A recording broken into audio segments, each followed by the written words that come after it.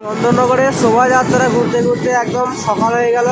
কাল রাত থেকে ঘুরছি, এখনো পর্যন্ত শোভাযাত্রা শেষ হয় না এখানকার। আর সামনে দেখো এখনো কিন্তু আসছে প্রচুর ঠাকুর, এখনো বেশি তো আসছে, সামনে থেকে প্রচুর ঠাকুর গেল।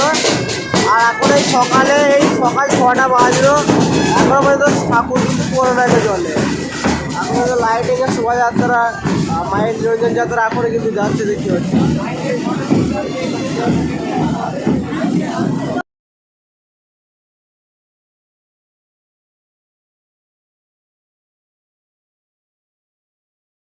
চন্দননগরের সর্বোচ্চ প্রতিমা রানীমা, দেখুন মাথা উঁচু করে রানীমা আসছেন, সবাই মিলে মাথা উঁচু করে দেখবো।